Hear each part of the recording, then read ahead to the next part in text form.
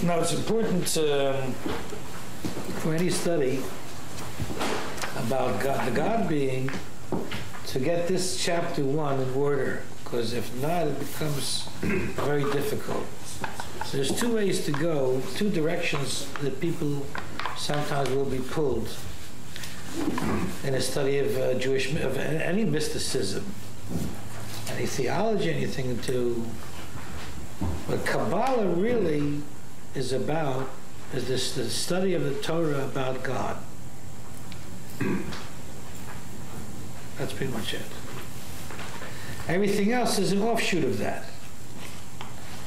But it's, so what is the inner meaning behind certain mitzvahs, or how does the God being work? Because if you want to say Baruch Atah, blessed are you, so you should have some relationship with the you, who you're talking to.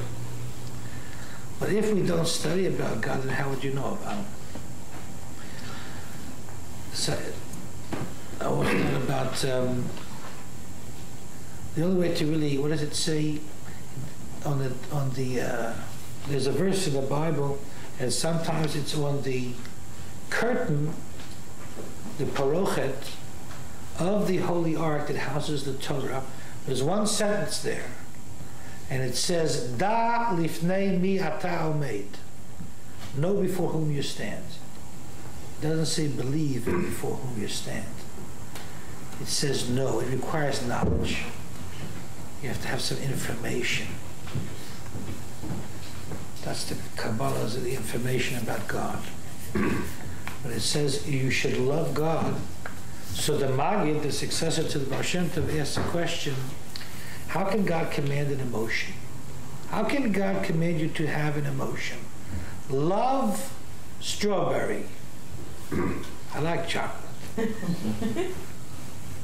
I don't have it. I could say I like, but I don't. I like chocolate. I mean, love. Hey, how can God command an emotion?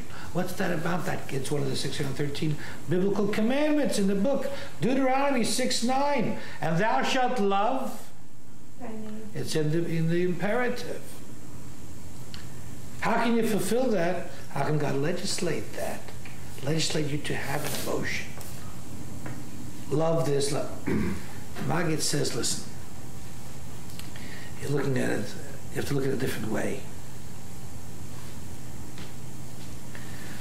What's the reason you should love God? That's what you should study about and meditate on.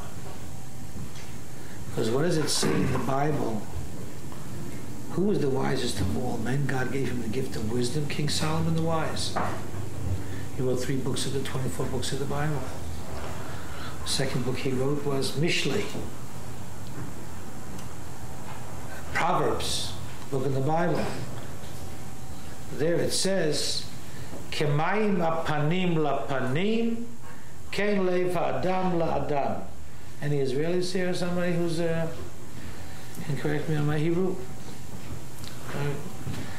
So it says there, Kemayim apanim lapanim.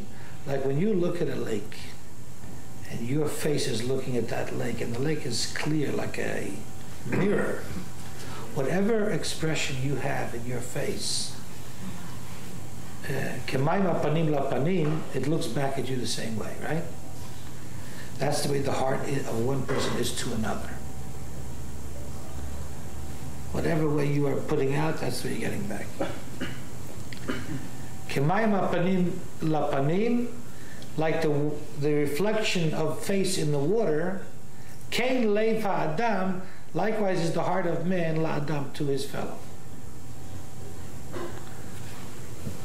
So if you have to know, meditate on what's the greatest gift. It's the greatest gift of all life. So if God gave us life,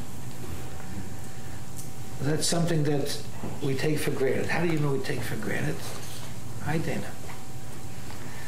How do you know we take it for granted? Well, because there's a proof that constant pleasure is not pleasure.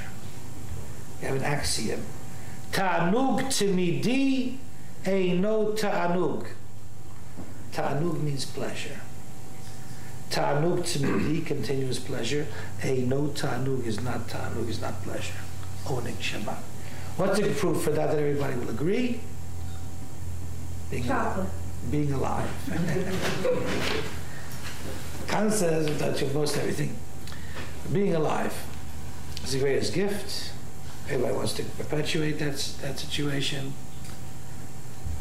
But it's not like every second, I'm alive. Wow, I'm alive.